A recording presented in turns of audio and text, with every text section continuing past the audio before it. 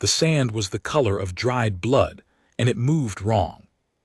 Kale Marin noticed it the way she noticed everything on Acheron 9 without stopping, without slowing, without giving the landscape the satisfaction of a flinch. The ground rippled 6 meters ahead, a subsurface predator tracking the vibration of her boots, and she adjusted her stride to an arrhythmic pattern she'd learned on the salt flats of Kepler 442b. The ripple hesitated. Then it veered left, confused by footfalls that no longer followed a biological rhythm. She kept walking. Behind her, the wreckage of the survey crawler burned against the rust-orange sky. Fuel cell breach. The Vethari escort team had panicked, tried to restart the drive core under load, and the whole thing had gone up like a thermite charge in a grain silo. 3 Vethari technicians dead in the blast. 2 more killed in the 17 minutes since, dragged under the sand by things she never got a clear look at. The remaining 4 had scattered northwest toward the canyon network, screaming coordinates into comm units that had stopped receiving 40 minutes ago. Kale had walked southeast, alone, into the bleach. Her hydration pack held 9 liters, enough for 40 hours at her current rate of consumption, less if the temperature climbed past 60 Celsius, which it would when the binary suns aligned at local noon. Her boots were rated for volcanic basalt. The crystalline sand of Acheron 9 was already grinding through the outer sole layer. She had a field knife, a signal flare she was saving, a compact medkit with 6 doses of broad-spectrum antivenin, and the kind of calm that made alien species profoundly uncomfortable. The Vethari had called this planet a Class-Null Exclusion Zone. Not a deathworld classification. They'd stopped classifying it after the 3rd survey expedition failed to produce survivors. Acheron 9 didn't fit their taxonomy. It was the planet that broke the scale. And Kale Marin was crossing it on foot. Not because she wanted to, not because she had a death wish. Because the extraction point was 340 kilometers southeast, and southeast was the only direction that led to a ship, and a ship was the only thing that led off this rock. The math was simple. The execution was not. The Vethari expedition commander, a 4-armed bureaucrat named Tolek Shen who had never set foot on a planet below Class 6, had told her before launch that Acheron 9 was not survivable. He'd used the word axiom, as if the planet's lethality was a mathematical truth rather than a challenge. Kale had looked at him, at his pristine uniform and his 4 hands folded in the gesture the Vethari used to express certainty, and she had said nothing.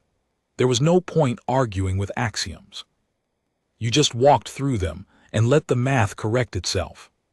She checked her wrist-mounted nav unit. The display flickered. Acheron 9's ionized atmosphere played hell with anything electronic, but the bearing held. 147 magnetic.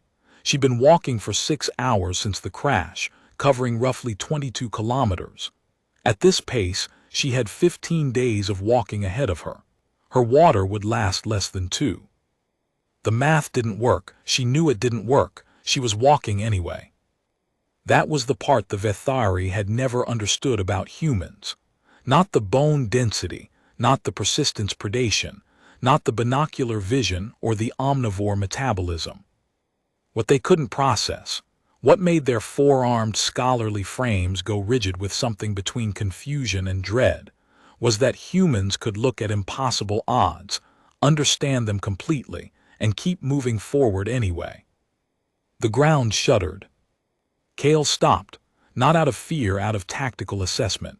The vibration was deep, resonant, coming from below and ahead. Not a sand predator.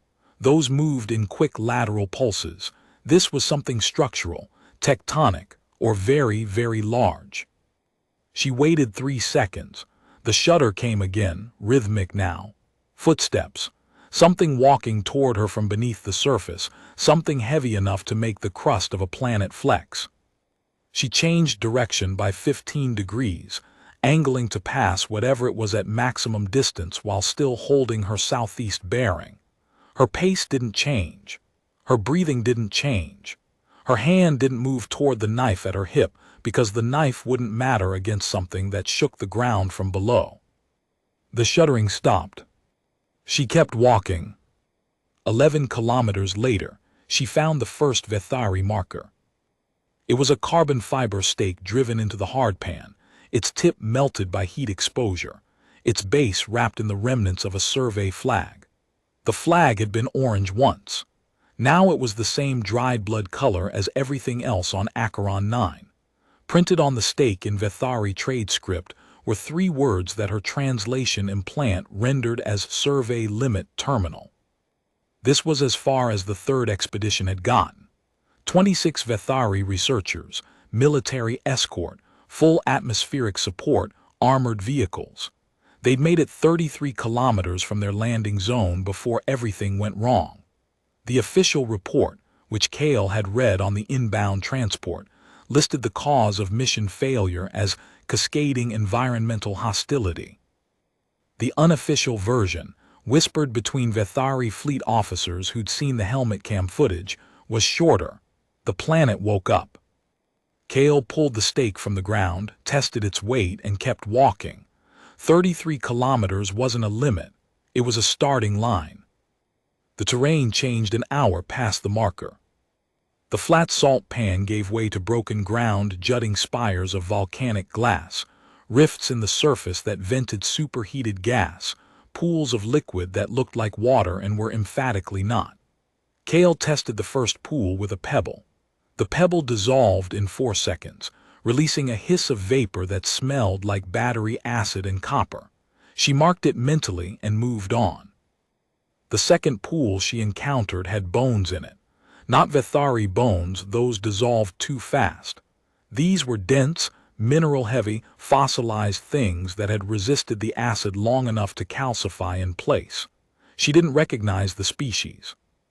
Whatever had died here had been large, quadrupedal, and possessed of a skeletal structure that suggested it had been built for exactly this environment and still hadn't survived it. She drank 300 milliliters of water and kept walking. At kilometer 41, the first stalker appeared. It emerged from behind a volcanic glass spire, moving with the deliberate, angular precision of something that had evolved to hunt in exactly this terrain. 2 meters tall at the shoulder, 6-limbed, covered in overlapping plates of chitinous armor the same color as the surrounding rock. Its head was a flat, shovel-shaped wedge with no visible eyes. It hunted by thermal signature and ground vibration. 3 mandibles framed a mouth designed for shearing, not chewing. Kale stopped walking. The stalker stopped moving. They regarded each other across 12 meters of broken ground. The stalker's mandibles clicked slowly, tasting the air, processing the thermal bloom of a creature whose core temperature ran nearly 20 degrees hotter than anything else on this planet. Kale did what the Vethari survival manuals said never to do. She held perfectly still and lowered her body temperature. Not through any technology, through controlled breathing, peripheral vasoconstriction, the kind of autonomic tricks that humans had been using since they hunted on the African savanna. Her surface temperature dropped 3 degrees in 90 seconds. Not much. Enough. The stalker's mandibles slowed, its head tilted, reprocessing. The thermal signature had shifted, become less defined, less obviously prey. It took a step forward, then another, then stopped. The thermal math no longer added up. Kale waited 11 minutes. She counted each one. On the 12th minute, the stalker folded its forward limbs, lowered its body to the ground, and sank back into the rock like it had never been there. She exhaled once, then she kept walking. At kilometer 58, she reached the canyon.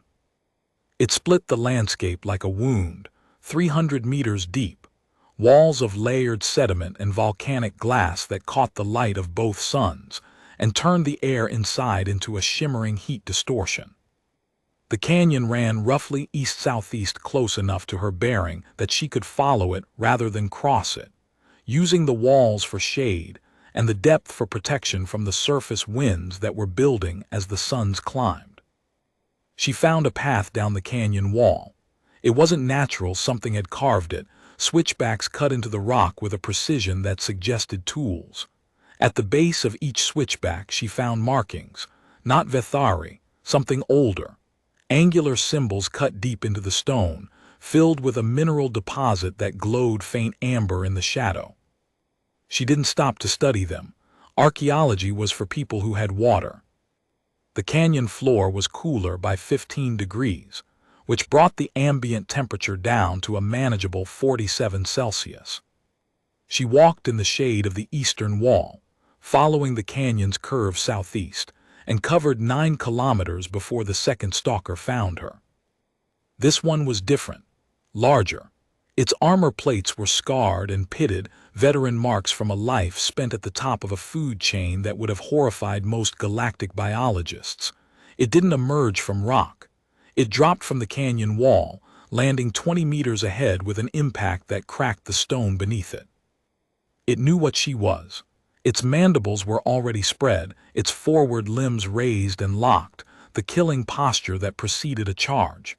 Kale had maybe 4 seconds. She didn't run. Running was death. Running was what prey did, and on Acheron 9 prey lasted minutes. Instead, she pulled the carbon fiber stake from where she'd strapped it across her pack, dropped to one knee, and braced the stake against the canyon floor at a 30-degree angle, the melted tip pointed at the stalker's underbelly. The stalker charged. It covered 20 meters in under 2 seconds, a blur of armored limbs and chitinous mass that hit the stake at full velocity. The carbon fiber held. The melted tip found the gap between the stalker's forward armor plates and punched through into the softer tissue beneath.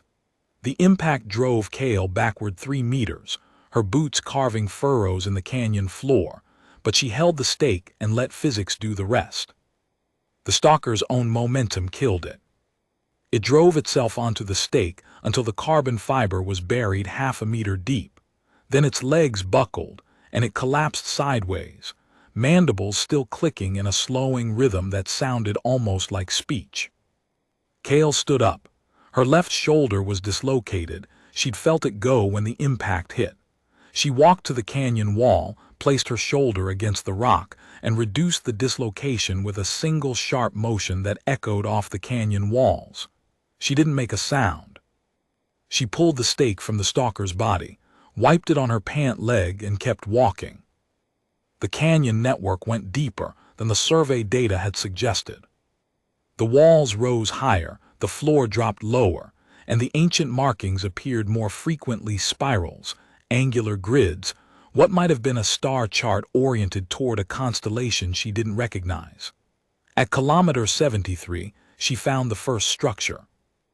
It was built into the canyon wall, carved from the same volcanic glass, its entrance framed by pillars that had been shaped rather than cut. Inside, the temperature dropped another 10 degrees. The floor was smooth, worn by traffic that had ended long before the Vethari had evolved their first cellular colonies. In the deepest chamber, she found a water source. Not water. A clear, mineral-heavy liquid that seeped from the rock wall and collected in a basin carved from a single piece of obsidian. She tested it with the medkit's chemical analyzer. The readout took longer than usual, cycling through its database twice before returning a result: potable, high mineral content, trace elements consistent with volcanic filtration, drinkable. She drank, refilled her hydration pack, drank again. The liquid tasted like iron and stone and survival. She allowed herself 30 minutes in the structure. She cleaned the wound on her shoulder where the impact had split the skin, applied a pressure seal from the medkit, and ate a ration bar that tasted like compressed sawdust and represented roughly 600 calories she couldn't afford to waste. While she ate, she studied the walls. The markings here were more complex, not just symbols but images. Figures with proportions she didn't recognize, moving through landscapes that were clearly Acheron 9 but rendered in a way that suggested familiarity rather than fear. These had been inhabitants. Something had lived here, thrived here, built civilization in the bones of a planet that killed everything that touched it. They were gone now, the structures remained. Kale filed that information away and kept walking. The third day was the worst. Both suns aligned at local noon, driving the surface temperature past 70 Celsius. The canyon provided shade but trapped heat like an oven, the volcanic glass walls radiating stored energy until the air itself felt solid. Kale moved at night and sheltered during the day, finding overhangs and carved chambers in the canyon walls. She rationed water with mechanical precision, 400 milliliters every 3 hours, no more, no less, regardless of thirst. At kilometer 112, she encountered the Vethari. She'd been briefed on them before the mission. Tribal armored warrior caste, the dominant predatory species on the continent she was crossing. Not native to Acheron 9, they'd arrived roughly 600 years ago, a colony expedition from their homeworld in the Vethari's cluster, and they'd done what no other species had managed. They'd survived. Not thrived. Not built cities or infrastructure or anything the galactic community would recognize as civilization. They'd survived. They lived in the deep canyons, in the ancient structures left by whatever species had preceded them. They wore armor scavenged from the stalker beasts, plates of chitin bound with sinew, and they carried weapons made from volcanic glass that could cut through most known materials with a single stroke. And they were territorial in a way that made Vethari fleet officers discuss them in the same hushed tones they used for natural disasters. The patrol appeared on the canyon rim above her. 5 of them, moving in a formation that spoke of military discipline refined by centuries of living on a planet that punished every mistake with death. They were tall 2.5 meters, lean, their bodies covered in a layer of fine scales that shifted color with the ambient temperature. Their faces were narrow, angular, with deep-set eyes that glowed a faint sulphurous yellow in the shadow of their scavenged chitin helmets. They'd been tracking her for at least a kilometer. She'd known they were there since she'd spotted the first displaced pebble on the canyon rim. She hadn't changed her pace. The largest one, the leader, judging by the additional plates of scarred chitin on his shoulders and the volcanic glass blade strapped across his back, dropped from the rim to the canyon floor, landing 15 meters ahead with the practiced ease of something that had been doing this its entire life. The other 4 stayed above, positioned at intervals that covered her retreat. Professional cold earned. The leader spoke. Kale's translation implant struggled with the language. The Vethari dialect had drifted significantly from the Vethari's root tongue in 600 years of isolation, but the meaning was clear enough. This canyon was claimed territory. She was trespassing.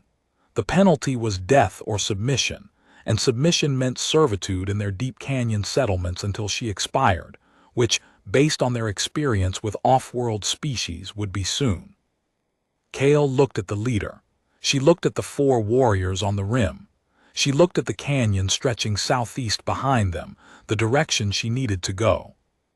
"No," she said. The leader's yellow eyes narrowed. The translator may not have been perfect, but the word "no" was hard to misinterpret. His hand moved to the volcanic glass blade on his back. Kale didn't reach for her knife. She didn't raise her hands. She didn't adopt a fighting stance or make any of the threat displays that the Vethari would have recognized as prelude to combat. She stood exactly as she'd been standing, weight balanced, shoulders square despite the dislocated ones still aching under the pressure seal. "I'm walking southeast," she said, and the translator did its best with the words. "Through your canyon to the coast. I won't stop. I won't turn. I won't fight you unless you make me. But I won't stop." The leader drew the blade. It was beautiful in a brutal way, a meter of volcanic glass honed to an edge that caught the light from both suns and split it into prismatic fragments. He held it in a 2-handed grip that suggested decades of practice and a species-wide martial tradition. He was fast. Kale had to give him that. He crossed the 15 meters in 3 strides, the blade sweeping in a lateral arc aimed at her midsection that would have cut a Vethari in half. Kale dropped. Not backward, not sideways down, flat against the canyon floor. the blade passing through the space her torso had occupied with a sound like tearing silk. She rolled once, came up inside his guard, and drove the heel of her palm into the nerve cluster beneath his forward arm joint, a strike she'd practiced 10,000 times on human opponents and adapted for alien anatomy based on the xenobiology files she'd memorized on the transport. The leader's arm went dead.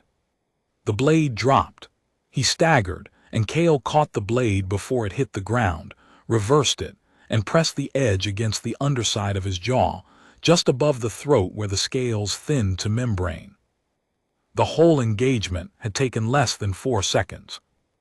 The 4 warriors on the rim didn't move. They were too disciplined for panic, but she could see it in the subtle shift of their posture, weight rocking backward, grips tightening on weapons they hadn't drawn, heads turning toward each other in the silent communication of soldiers reevaluating a threat assessment. "I'm walking southeast," Kale said again. "The blade didn't waver. Through your canyon." The leader's yellow eyes stared at her from 20 centimeters away. His breathing was controlled despite the dead arm, despite the glass edge kissing his throat. He was afraid. She could see it, the same way she could see it in every species that finally understood what a human was: not bigger, not stronger, not armed with better technology, but absolutely, implacably unwilling to stop. He spoke a single word. Her translator rendered it as passage. Kale lowered the blade. She reversed it and held it out to him, handle first. He took it with his functional arm, and she saw his eyes change, not just fear now, but something more complex, something she'd seen on alien faces before, in the moment between understanding and acceptance. She walked past him, southeast, into the canyon.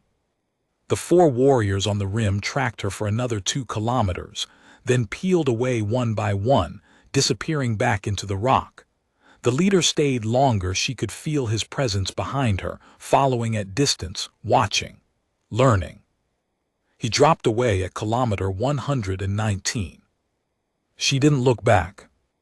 Day 4 began with a collapse. Not the canyon walls, her body. She woke in the pre-dawn dark of an ancient shelter chamber and couldn't stand. Her legs locked, every muscle from hip to ankle seized in a sustained cramp that bent her sideways on the stone floor. Dehydration, electrolyte depletion. The mineral water from the basins had kept her alive, but its chemical composition wasn't optimized for human physiology, and 900 calories across 3 days wasn't enough fuel for the machine she was running. She lay on the stone and breathed through the cramps for 11 minutes. She did not consider giving up. The thought didn't form. It wasn't discipline or training, it was something more fundamental, something that lived in the architecture of her nervous system below conscious thought. The cramps were a problem. Problems had solutions. Solutions required motion. She would find a way to move. She rolled onto her stomach, pressed her palms flat against the cool stone, and pushed herself up to hands and knees. From there, she crawled to the water basin. She drank. She added a pinch of mineral salt scraped from the wall deposits to the next mouthful, and the next, and the next. The salt tasted like licking a battery terminal, but her body needed sodium and potassium and whatever else was crystallized in those deposits, and within 20 minutes the cramps began to release. She stood. Her legs trembled but held. She walked to the entrance of the shelter, looked southeast down the canyon, and started walking. The rhythm was walk at night, shelter at dawn. She rationed water from the ancient structures, which appeared at increasingly regular intervals every 4 to 5 kilometers now, spaced with a precision that confirmed this had been a transit corridor. Each structure had a water basin carved from obsidian. Each basin was still functional after millennia. The volcanic filtration system built into the planet's geology rather than dependent on the structure's engineering. Whoever had built these had understood Acheron 9, had worked with it rather than against it, had survived not through technology or force, but through adaptation so complete that the planet had become infrastructure rather than obstacle. On day 4's walk, she found the mural. It covered the back wall of a shelter larger than the others, a chamber that might have been a gathering place or a way station for groups traveling the canyon. The mural depicted figures the builders moving through the canyon network in what appeared to be a seasonal migration pattern. They followed the water basins, sheltered during acid storms, avoided the thermal vent zones during certain celestial alignments when seismic activity peaked. The mural was a survival manual encoded in art, a generational knowledge base pressed into stone. Kale studied the wall markings more carefully now, building a picture of the builders in her mind. Bipedal, shorter than the Gravori, proportioned differently than humans but close enough that their ergonomics worked for her. The basins were at the right height, the chambers were the right size, the paths were the right width. They'd been gone for thousands of years, but they'd left behind a network of survival stations that turned a lethal planet into something almost navigable.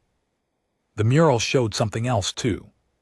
A section at the bottom, older than the rest, depicted by pigments that had faded nearly to invisibility. It showed the builders encountering the stalker beasts, not fighting them, not fleeing. Something in between, a kind of territorial negotiation, the builders learning which ground was theirs and which belonged to the predators, mapping safe corridors through hunting ranges. The builders hadn't conquered Acheron 9. They'd learned its rules and moved within them. That was why they'd survived. She wondered if they'd been defiant too. If refusal to stop was the price of admission on a world like this, the evolutionary filter that separated the dead from the still walking. She copied 2 of the mural's root symbols onto her forearm with charcoal from the shelter's fire pit, long cold, decades or centuries since anyone had used it. The symbols matched the passage she was planning to take through the next section of canyon, the builder's route. On day 5, the stalker pack found her.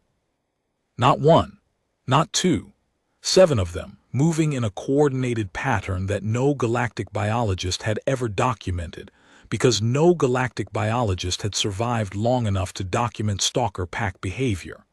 They emerged from the canyon walls at dusk, their chitinous armor clicking as they assembled into a semicircle that blocked the canyon ahead. 7 stalkers, each one larger than the veteran she'd killed with the stake. Each one displaying the scarred, pitted armor of a mature predator that had never lost a hunt. Kale assessed the situation with the mechanical precision that had kept her alive for 6 days on a planet that killed survey teams in hours. The canyon walls were too steep to climb quickly. No structures nearby for shelter.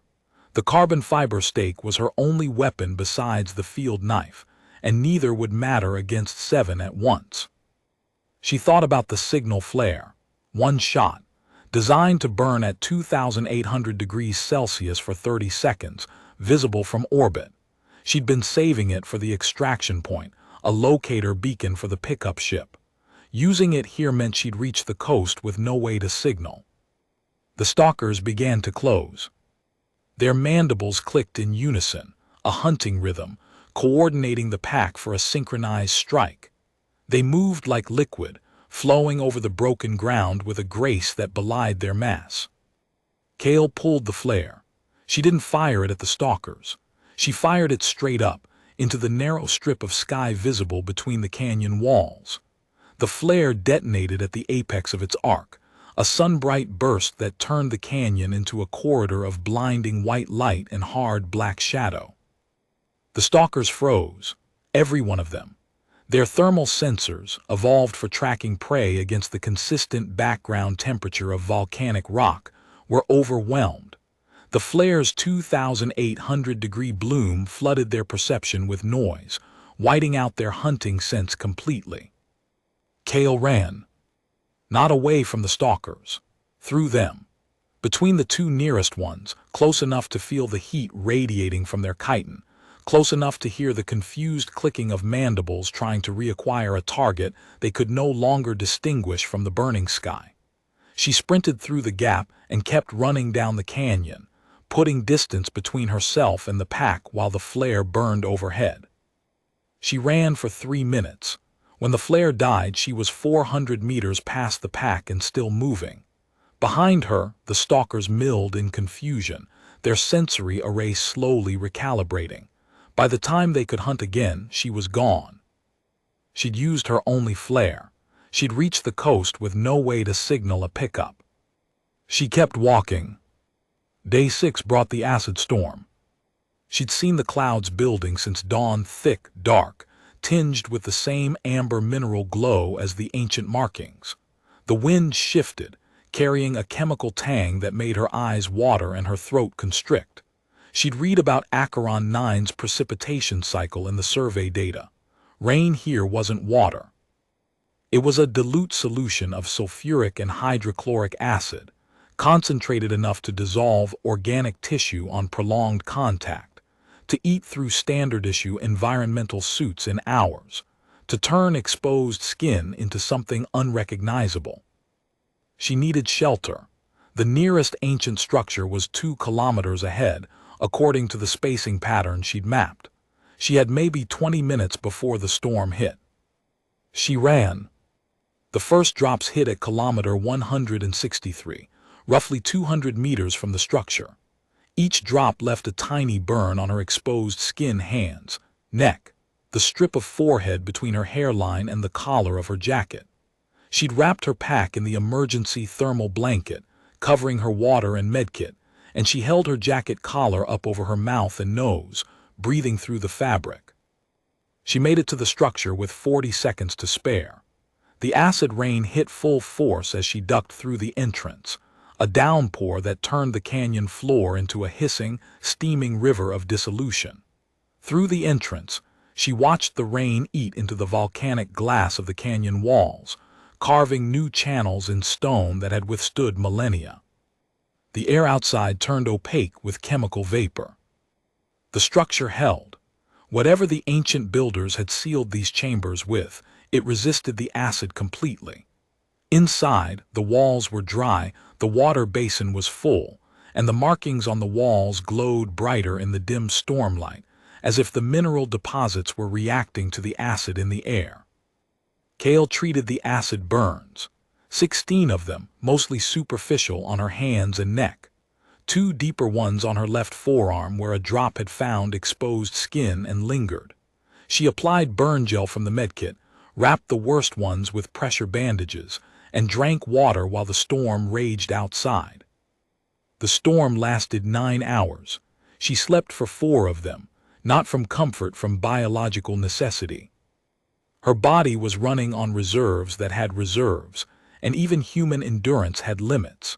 She slept in 30-minute intervals, waking between each one to check the storm and drink water, then dropping back into the shallow, efficient rest that her body had learned to do in combat zones and hostile environments across 3 systems.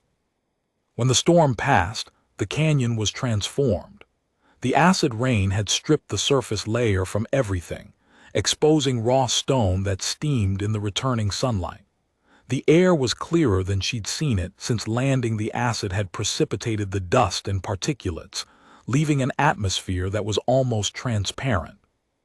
She could see the end of the canyon. Southeast, maybe 30 kilometers, the walls dropped away and the terrain opened onto a coastal plain. Beyond that, she could see the faint silver line of the sea. The extraction point was on the coast, 40 kilometers past the canyon mouth, on a flat stretch of beach that the original survey had designated as suitable for shuttle landing. She had no flare to signal with, no comm that worked in the ionized atmosphere, and no guarantee that anyone was still listening for her. She kept walking. At kilometer 178, the Gravori found her again. Not the same patrol. A larger group, 12 warriors, fully armored, carrying the volcanic glass blades and what appeared to be ranged weapons made from stalker chitin and sinew, a crossbow-like device that fired shards of obsidian. They emerged from a side canyon and formed a line across her path, silent and still, and radiating the controlled menace of soldiers on home ground. But they weren't in the killing formation she'd seen before. Their weapons were lowered. The leader, a different one, older, with so many scars on his armor that the original chitin was barely visible, stood at the center of the line and waited. Kale walked toward them. She didn't slow down. The old leader spoke. This time the translator worked better. Either the dialect was closer to Root Rithai's or her implant had adapted. The words came through rough but comprehensible. The one you released told what happened. You walk the old road. You use the old shelters. You move like something that belongs here. Kale said nothing. She was 40 meters away and still closing. Nothing off-world has walked the full canyon in 600 years, the old leader continued. We lost warriors to the journey you've made alone, armed warriors born to this stone. 20 meters. She could see his eyes now, the sulphurous yellow dimmed by age to a pale amber. He wasn't afraid. That was different. The first leader had been afraid. This one was something else. "What are you?" he said, and it wasn't really a question. "Passing through," Kale said. The old leader studied her for a long moment. The acid burns on her hands and neck, the pressure seal on her shoulder, the carbon fiber stake strapped to her pack, still stained dark from the stalker she'd killed on day 2. The eyes that hadn't flinched when 12 armed warriors appeared in her path. He stepped aside. The line parted. 12 warriors, veterans of a planet that ground species into extinction, opening a path for a single human walking southeast. As she passed through the gap, the old leader spoke again. One word, not the word for passage that the first leader had used, a different word, older, one that the translator hesitated on before rendering. Kin. Kale kept walking, but something shifted in her chest, not emotion, not sentimentality, but recognition. The builders of the ancient shelters. The Gravori who had survived 6 centuries on a planet that broke everything. And now her, walking the same road, using the same shelters, killing the same predators. Acheron 9 didn't discriminate. It tested everything equally, and it killed everything that failed. What survived wasn't the biggest or the strongest or the best equipped. What survived was whatever refused to stop. Kilometer 190 brought the thermal vents. The canyon floor split into a maze of fissures, each one exhaling superheated gas at temperatures that made the ambient 60-degree air feel pleasant by comparison. The vents erupted in irregular cycles, some every few minutes, some every few hours, and there was no pattern, no rhythm, no way to predict which fissure would blow next. The Vethari survey data on this section was a single entry, impassable, recommend alternate route. There was no alternate route. The canyon walls here were sheer, polished smooth by millennia of acid rain, and the rim was 40 meters above. Going around would add 80 kilometers in 3 days she didn't have. Going through was the only option. Kale studied the vent field for 20 minutes from the last stable ground. She counted eruptions, timed intervals, mapped the fissure network as well as she could from a fixed position. The pattern wasn't random, it was chaotic, which was different. Chaos had structure. It just had more variables than a linear mind could track in real time. She stopped trying to predict the vents. Instead, she started reading the ground. Each fissure showed subtle cues before erupting, a faint darkening of the mineral deposits along the edge, a slight subsidence of the surrounding crust, a change in the pitch of the ambient hiss from deep to sharp. The cues were tiny. The window between cue and eruption was maybe 3 seconds. 3 seconds was enough. She entered the vent field at a run. Not a sprint, a controlled, sustainable pace that let her change direction without losing balance. The first vent blew 12 meters to her left as she passed, a column of gas and particulate that would have cooked her alive. She'd read the darkening of its edge from 6 meters out and adjusted. The second vent was directly ahead.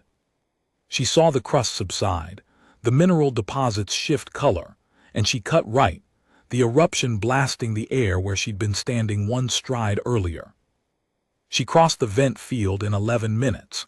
17 eruptions. She dodged each one by margins that shrank from meters to centimeters as the fissures grew denser toward the center.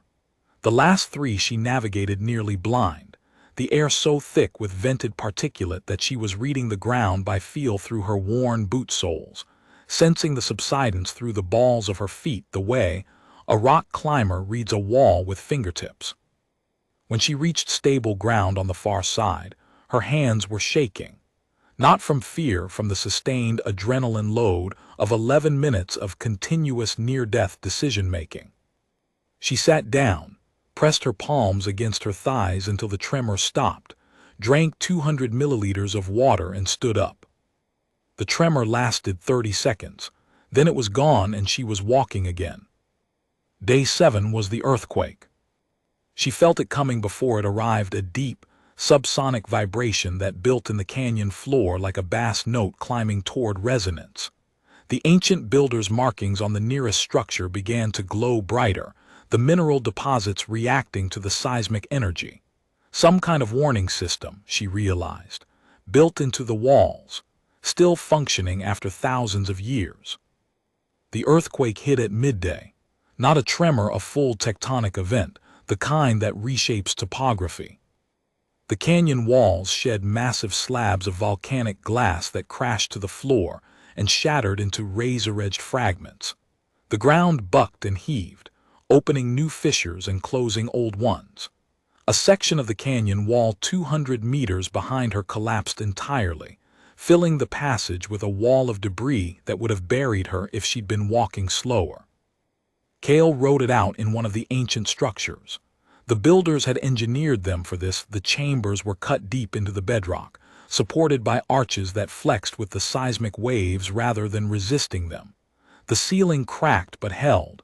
Dust rained down in sheets. The water basin sloshed but didn't spill. When the shaking stopped, the canyon ahead had changed. The passage she'd been following was partially blocked by rockfall. Not completely, there was a gap, narrow, choked with dust and sharp fragments. She'd have to crawl. She crawled. 40 meters of hands and knees worked through a space too tight to stand, too jagged to move quickly. The volcanic glass cut her palms and shins through her clothing. By the time she emerged on the far side, she was leaving bloody handprints on the stone. She cleaned the cuts, bound the worst ones, and kept walking. At kilometer 208 the canyon forked. Left went nor-northeast. Right went south-southeast. Her bearing was 147, the right fork was closer but angled too far south. The left fork would curve back toward her line, according to the terrain geometry, but it might not. The survey data didn't cover this deep into the canyon network. No one had ever gotten this far. She chose right. Southeast was southeast, even if the angle was wrong. She could correct later. What she couldn't do was go backward, and the left fork felt like going backward even if the compass disagreed. The right fork narrowed. Then it narrowed further. The walls pressed in until she could touch both sides with outstretched arms, and the floor tilted downward at a grade that made each step a controlled slide. The temperature rose. She was going deeper, closer to the geothermal activity that powered the whole system. Sweat soaked through her jacket and dried in the same minute, leaving salt crystals on the fabric. At the bottom of the descent, she found the gallery. It was an enormous natural cavern, opened up where the canyon cut through a layer of softer stone that had eroded away over geological time. The ceiling was 50 meters above, studded with mineral formations that caught the dim light filtering down from the canyon mouth above and scattered it into a pale, diffuse glow. The floor was flat, smooth, covered in a layer of fine mineral dust that had never been disturbed. Except it had been. There were tracks in the dust. Not stalker tracks, wrong size, wrong pattern, bipedal, spaced for a stride length shorter than hers. The tracks led from the far side of the gallery to a section of the wall that had been carved into something she could only describe as a map. The map covered 20 square meters of wall surface. It depicted the canyon network in plan view, every fork, every junction, every structure, every water basin.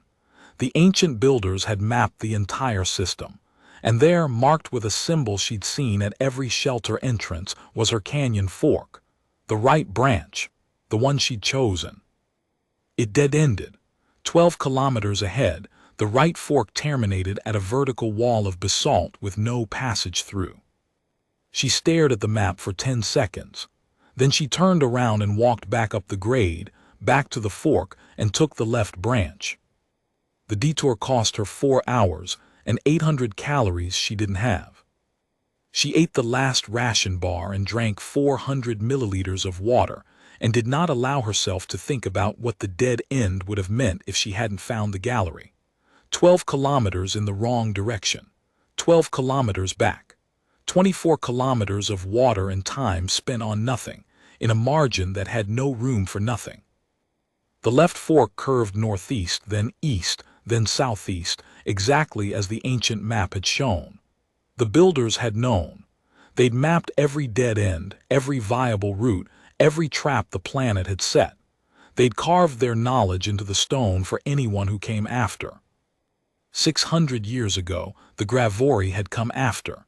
Now Kale was coming after the Gravori. The road worked for anyone willing to walk it. At kilometer 230, the canyon began to widen. The walls drew apart, the floor leveled, and the air changed, still hot, still dry, but carrying a new chemical note. Salt, mineral brine, something oceanic. The canyon mouth opened onto the coastal plain on day 8. The terrain flattened, the volcanic glass giving way to compacted mineral soil, and for the first time since the crash she could see the horizon unbroken. The sea was closer than she'd estimated, 26 kilometers, not 40. The survey data had been wrong, or the acid storms had reshaped the coastline since the last orbital scan. She crossed the plain in a single push, walking through the night, navigating by the position of the binary sun's afterglow against the horizon. The soil here was stable, no sand predators, no stalkers. The worst threat was exposure. The plain was flat and featureless, offering no shade and no shelter. She walked with her jacket pulled up and her pack adjusted to shade her neck, covering ground at a pace that would have concerned a sports physiologist, but felt, to her, like the natural rhythm of a body that had been doing this its entire life. Halfway across the plain, her left knee buckled. She caught herself, one hand on the hardpan, and felt the joint protest with a deep, structural ache that was different from fatigue. 9 days of walking on worn boots across uneven volcanic terrain had ground the cartilage past its tolerance. The knee wasn't broken. It wasn't torn. It was simply informing her, through the blunt language of pain, that it had been doing the impossible for too long and would appreciate a different plan. She didn't have a different plan. She cut a strip from the thermal blanket, wrapped the knee in a compression bind that would hold the joint stable at the cost of reducing her stride length by 15%, and stood up. The pain shifted from sharp to deep, from acute to structural. She could work with structural. Structural was just the body's way of saying this is going to cost you, and Kale had been paying costs since the crawler exploded. She walked, slower now, the wrapped knee turning her gait into something mechanical, each step a deliberate placement rather than a fluid motion. But she walked. At the edge of the plain, where the mineral soil gave way to the first ridge of black volcanic sand that marked the coastal transition, she stopped and looked back. The canyon mouth was a dark line against the horizon, barely visible in the pre-dawn light. Behind it, invisible from here, lay 230 kilometers of deep canyons, thermal vents, stalker territories, Gravori patrols, acid storms, earthquakes, and dead ends that almost killed her. She turned back to the coast and kept walking. She reached the beach at dawn on day 9. The beach was black volcanic sand, fine-grained and dense, stretching in a gentle curve along a sea that was the color of tarnished copper. Small waves broke against the shore with a sound that was almost peaceful. After 9 days of canyon walls and acid storms and things trying to kill her, the sound of waves felt like a language she'd forgotten. The extraction point was here, coordinates matched, no ship, no signal beacon, no indication that anyone had come looking for her. She sat on the black sand and looked at the sea. She was out of water. The medkit was mostly depleted. The acid burns on her arms had started to develop secondary infections that the broad-spectrum anti-venom couldn't fully address. Her boots were worn through to the inner lining, and her feet were a topography of blisters and calluses that would have made a podiatrist write a paper. She was alive. 340 kilometers of the most hostile terrain in catalogued space, and she was alive. She stood up and surveyed the beach. The extraction coordinates designated a flat stretch of sand 300 meters north along the shoreline, marked in the survey plan by a natural rock formation that would serve as a visual reference for incoming pilots. She walked to it. The formation was there, a spire of eroded volcanic glass, 10 meters tall, shaped by wind and acid rain into something that looked almost like a hand reaching toward the sky. She sat at its base and took inventory. One field knife, one carbon fiber stake, one medkit with 2 remaining doses of anti-venom and half a tube of burn gel, one emergency thermal blanket partially cut for her knee wrap, one hydration pack empty, one pair of boots held together by willpower and compressed volcanic dust, one antenna array, salvaged from a dead crawler 9 days ago, carried across a planet that didn't want her here. She had no flare to signal with, no comm, no way to contact the pickup ship if there even was one. The survey mission had been officially abandoned after the crawler crash. Standard protocol for a Class-Null Exclusion Zone was to write off survivors after 72 hours. It had been 9 days. She was written off, filed under acceptable losses. The Vethari expedition commander had probably already drafted the incident report, listing her as KIA along with the 5 Vethari who died at the crash site. Kale looked at the sea. Then she looked at the wreckage of the survey crawler's antenna array, which she'd cut from the hull in the first 10 minutes after the crash, before the sand predators had arrived, before anyone had died, when she'd been the only one thinking past the next 30 seconds. She'd carried it for 9 days, strapped to the bottom of her pack, adding 3 kilograms to her load. The Vethari had asked her why. She hadn't answered. She pulled it out. The antenna was bent, scorched, and missing its power coupling.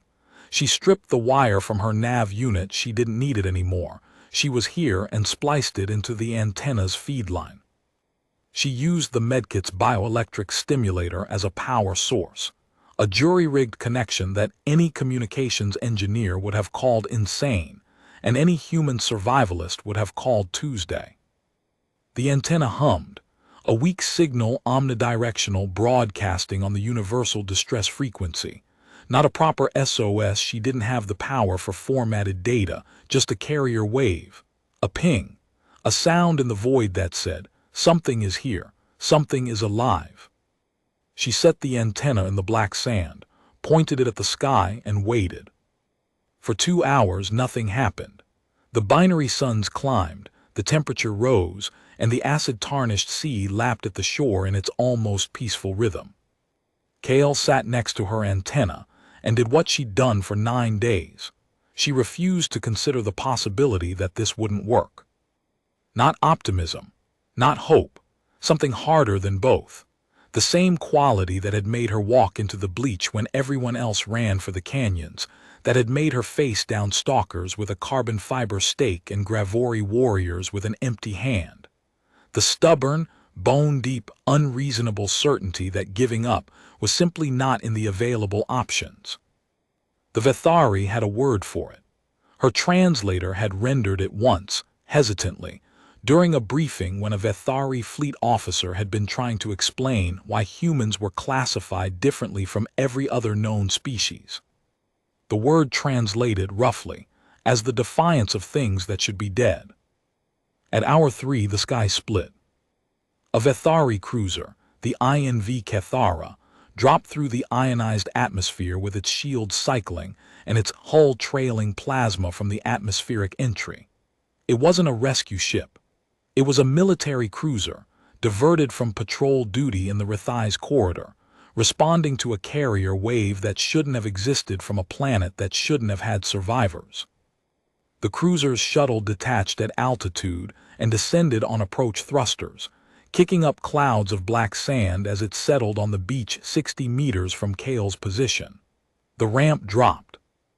A Vethari medical team emerged, 4 technicians in full environmental suits, carrying equipment designed for the recovery of remains rather than the treatment of survivors. They stopped at the bottom of the ramp. Kale was standing. She'd stood when she heard the atmospheric entry.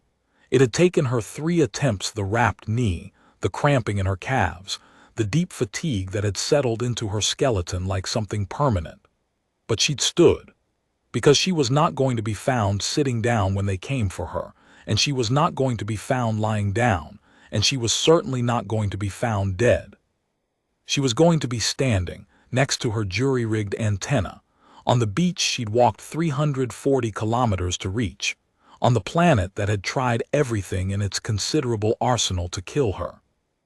She was standing now, covered in 9 days of volcanic dust and acid burns and dried blood from a dislocated shoulder she'd reset against a canyon wall. Her jacket was stiff with dried sweat and mineral salt. The charcoal symbols she'd copied from the ancient mural were still visible on her forearm, partially obscured by burned gel and pressure bandages. The carbon fiber stake, stained dark with stalker ichor, was strapped to her pack like a battle standard. She shouldn't have been alive. The math said so. The survey data said so. The Vethari fleet's operational assessment, which had written her off on day 3, said so.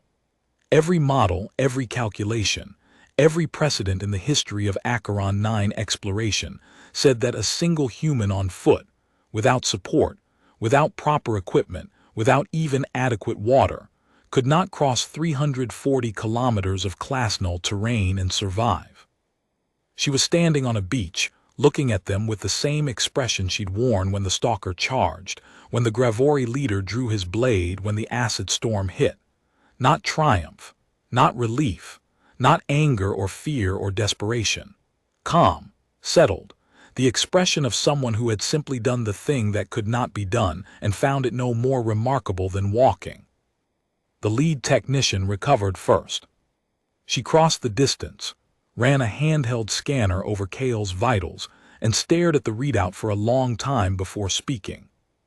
"You walked," the technician said, and the translator caught the disbelief in her voice, the way the Vethari words bent around a concept that didn't fit their framework. "From the crash site, across the bleach, through the deep canyons, you walked." Kale looked at her, looked at the shuttle, looked at the sea behind her and the canyon mouth in the distance, and the 340 kilometers of planet that had tried to kill her in every way a planet could try. "The extraction point was southeast," she said, "so I walked southeast." The technician stared at her. Then she turned to her team and said something that the translator didn't catch, something in a register of Vethari that Kale hadn't heard before, not clinical, not military, not the precise procedural language of a species that organized everything into taxonomies and classifications. Later, aboard the Vethari, Kale would learn what had happened in the hours before her rescue. The carrier wave from her jury-rigged antenna had been picked up by a Vethari communications relay station at the edge of the Rethai's corridor, 1.4 light-minutes from Acheron 9. The relay operator had flagged it as anomalous, a distress frequency carrier, wave from a planet with no active operations, no registered vessels, and no known survivors. Standard protocol was to log the signal and move on. Acheron 9 generated electromagnetic noise constantly. The ionized atmosphere produced false signals that cluttered the comm bands. The relay operator had almost deleted it, almost filed it under atmospheric interference and closed the log. But something about the signal's characteristics, its regularity, its clean modulation, the way it held steady against the background noise with a precision that volcanic static couldn't produce, made her pause. She ran a spectral analysis. The signal was artificial, engineered. Someone had built a transmitter from salvaged parts, and was broadcasting from the surface of a Class-Null Exclusion Zone. The relay operator had contacted the INV Vethari, which was the nearest military vessel, and the Vethari's captain had diverted from patrol without authorization. That decision would later be reviewed by Vethari Fleet Command and upheld, though the captain would privately tell colleagues that he hadn't diverted because of protocol. He diverted because the signal shouldn't have existed, and in 30 years of service, he'd learned that the universe's most important moments were usually the ones that shouldn't have happened. Kale would learn that the technician's words, the ones spoken in a register of Vethari she hadn't heard before, had been entered into the ship's log and transmitted to Fleet Command. The transmission had been flagged, escalated, and distributed to every xenobiology department in the Vethari academic system. The Gravori old leader's word, kin, had already reached Vethari intelligence through channels she didn't understand, and the combination of the two had triggered a reclassification review that would take 3 years and produce a document 400 pages long. The review's conclusion, when it finally came, would not use the word deathworlder. The Vethari taxonomic system didn't have that word. Instead, it would create a new classification, apex ambulatory persistence predator, and it would apply to exactly one species. The document's abstract, which would be quoted in xenobiology textbooks for decades, contained a single sentence that captured what the technician had tried to say on that beach. The human organism does not survive hostile environments through superior adaptation, superior technology, or superior force. It survives through the sustained, deliberate, biologically unprecedented refusal to acknowledge environmental lethality as a terminal condition. She would learn all of that later. In the moment, she sat on the shuttle's medical bench, let the technicians treat her burns and her shoulder and her feet and her knee, and drank water from a proper container for the first time in 9 days. The technician came back. She held a datapad with a form on it, the standard post-incident debrief, a document designed for recovered personnel, with fields for injuries sustained, equipment lost, and a section at the bottom for additional comments. "Is there anything you want to add to the record?" the technician asked. Kale thought about the survey marker she'd pulled from the ground on day 1, the one that said Survey Limit Terminal. She thought about the ancient builders who'd carved water basins into volcanic glass.